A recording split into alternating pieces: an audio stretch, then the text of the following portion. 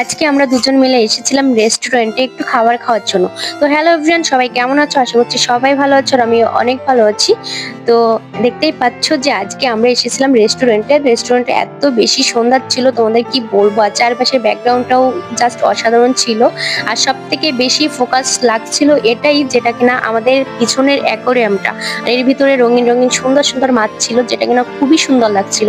আর আমরা তো মনে করো যে খাবার অর্ডার দিয়ে ওখানে ওয়েট করতেছিলাম আর মাছগুলো কি করছে, খেলা করছে, এইগুলো দেখতেছিলাম।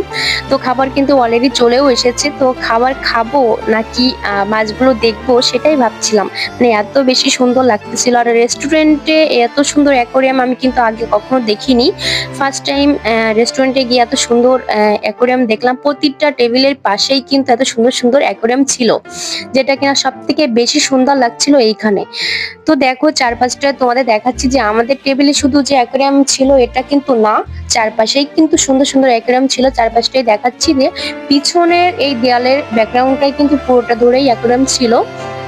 তো দেখতেই পাচ্ছ রেস্টুরেন্টটার চারপাশটা কত বেশি ক্লিন এবং কতটা সুন্দর। তো অবশ্যই তোমাদেরও ভালো লাগবে। আর আমি যেহেতু এখানে এসেছি অনেকবার, তো ভাবলাম যে আজকে তোমাদের সাথে বিষয়টা শেয়ার করে দিই। তো দেখো আমি কেমন করে মানে খাচ্ছিলাম।